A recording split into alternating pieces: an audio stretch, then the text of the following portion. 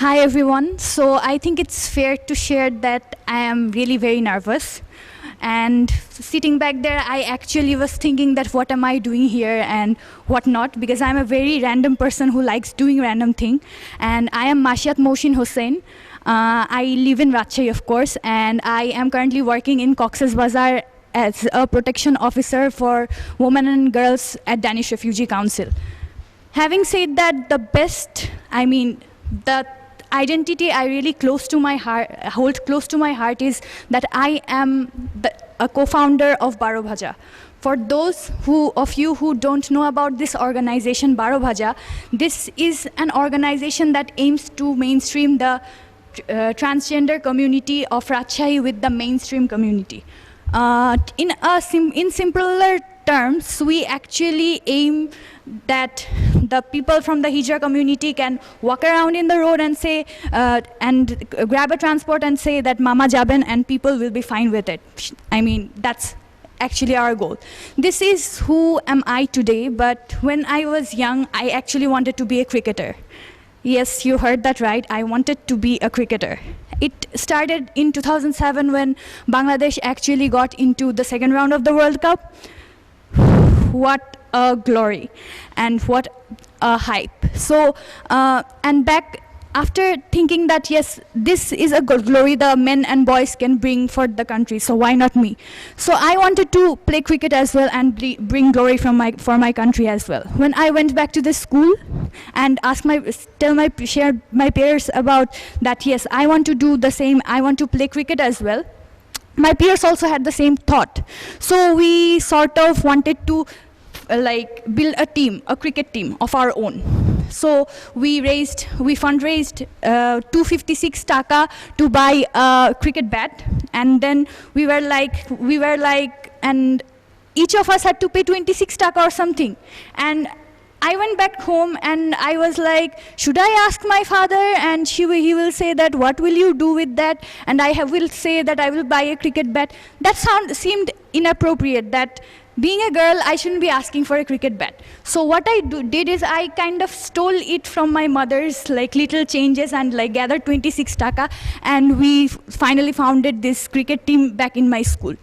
So when we started playing in the fields, people were like, they would comment and then smirk and then do whatever they want, but then we didn't really care. But the mishap happened one day. So there was this bowler named Malinga who would do like this and then threw this ball like this, and I was this bowler and I wanted to copy him. So I wanted to ball like this, but then the ball actually, my grip was loose and the ball went outside of the field in a bus station, and then as the rule goes, I have to go pick it up because the ball went out from my hand. So I went outside, and then and there were a lot of bus drivers there who were bullying me and all, but I couldn't care less. All my focus was in gathering the ball and going back to the field and resume the game. But then again, but when I didn't care, but then the guardians who were standing there to collect their students, to collect their children, were there. So that was a big deal for them.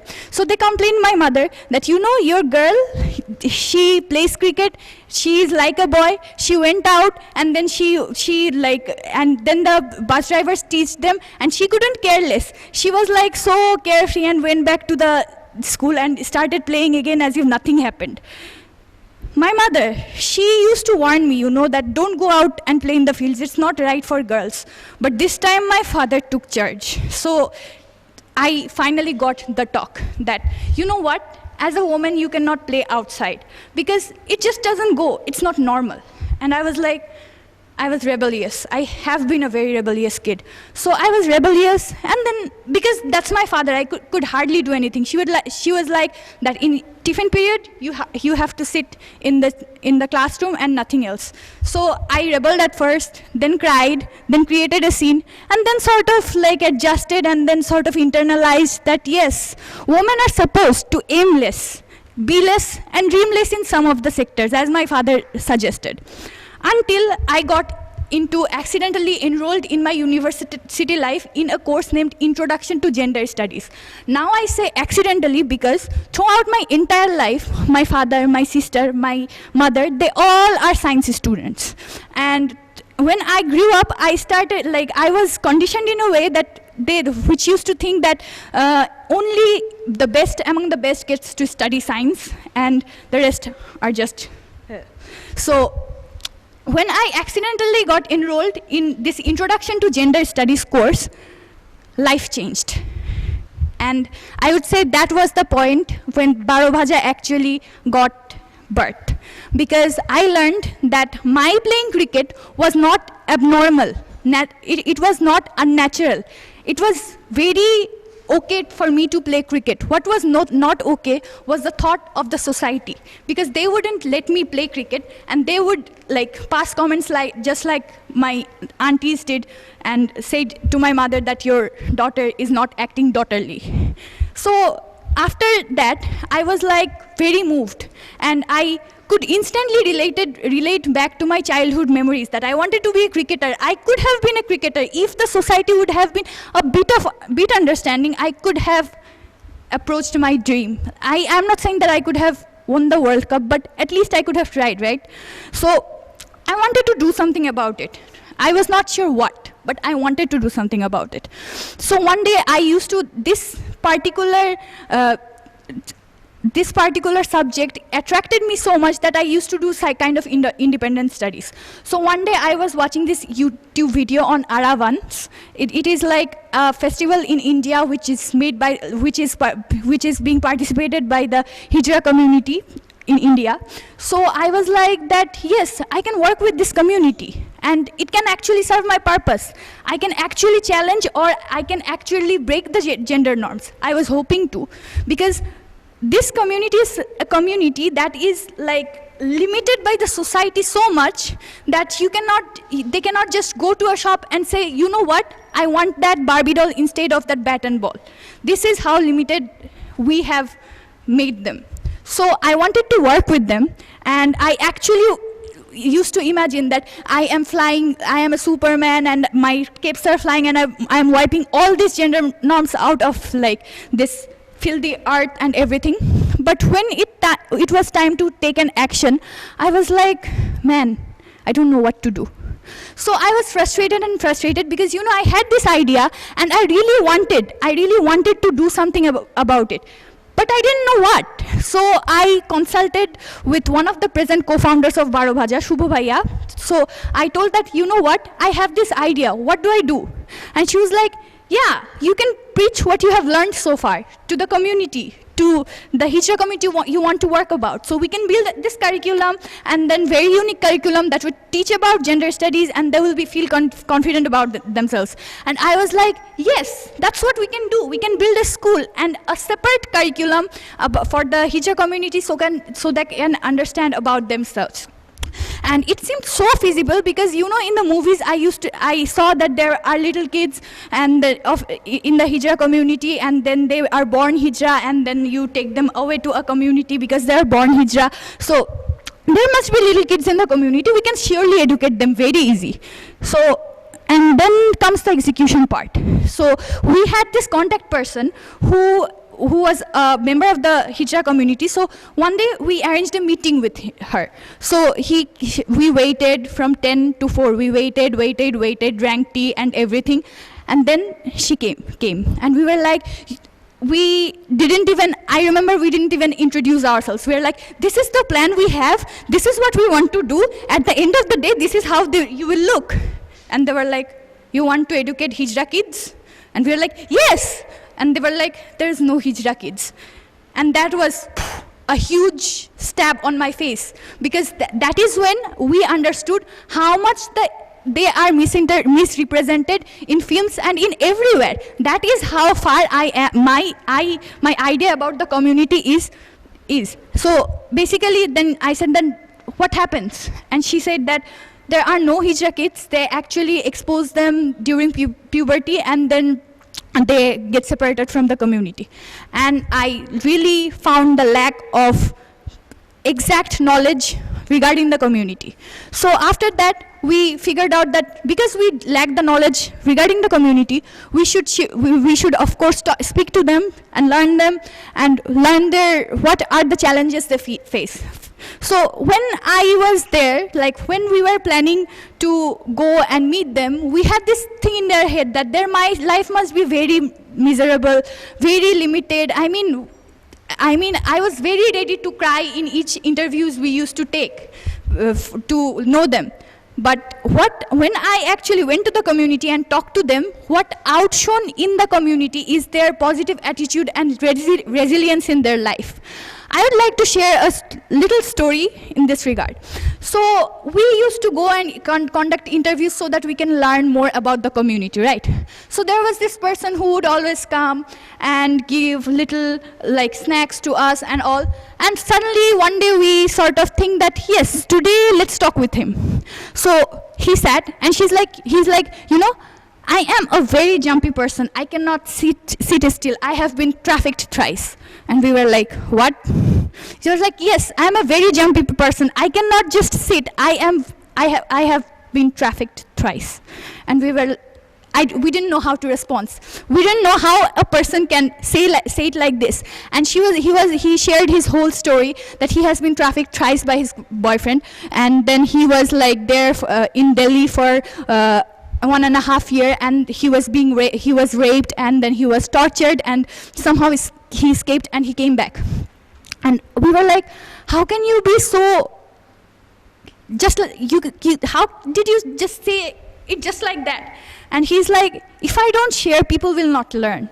I mean, I want people to know about my experience and learn from it. And I was like, wow, if I had gone through the same experience, would I be this much open to share about it? I remember wiping a bit of tear from my eyes because I was so thankful because I got to meet these people. So after our online experience and after seeing the resilience, we thought that if we share these stories, this can really help the youth and really help us, the mainstream community, to understand the community better. So what we did is like we opened a Facebook page named Barahaja and started sharing their stories. So, and then now I personally feel that this is a very good time to explain why we chose the name Barahaja, because we get this question a lot. So what actually happened is, it was very random. We was drinking tea, and then there's this guy named Sajjad Bhai in Rajshahi University campus. So we were eating Barahaja and tea. So, and then like someone just screamed, why don't we name our organization Barahaja? And we were like, are you joking? And it's like, no, it makes so much sense because it is so tasty, because it has so many ingredients, just like our goal. We want to mainstream the society. We want to celebrate diversity, to make people understand that diversity makes things beautiful. From that moment, this thing was so attached to us, the name was so attached to us, that we didn't give a second thought, and we named our organization Barahaja. So after naming and after like doing the interviews, whose purpose was to identify the gaps for which the trans community are actually suffering, we kind of wanted to find the gap, right? So we researched and we went to the community, and we found out that in 2013, Bangladesh government has recognized the trans community. They have a special quota for the traffic, for them to be the traffic police. But then what happened? Why is it not like doing well? I mean, I don't see like transgender traffic police in the road. I mean, what? And then like we found the gap, that it's us who's preventing our prejudice, our stigmas against them. So from that point on, we felt the need to establish a platform where people can come and meet them and understand them as person. So as I remember for our first event, what we did is we organized a movie show. So it was with 20 transgender participants and 20 students of Rajshahi University, and also Borendra Medical College. They came, and like there was this amazing session where they talked and they interacted, and we had this movie about Shabnam Mausi, about transgender individuals, where there are a lot of stigmas and prejudice and like misconceptions shown in the film, and we arranged this talk afterwards.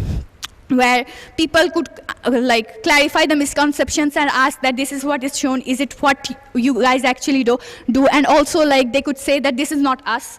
So after that, I mean, we were like arranging events, right? We would do little events to just give the platform so that people can come together and talk and understand the community. But then again, like we were like, is it actually working though? I mean, from our side, it was 100% effort, but sometimes we didn't have actually the data that, is it working?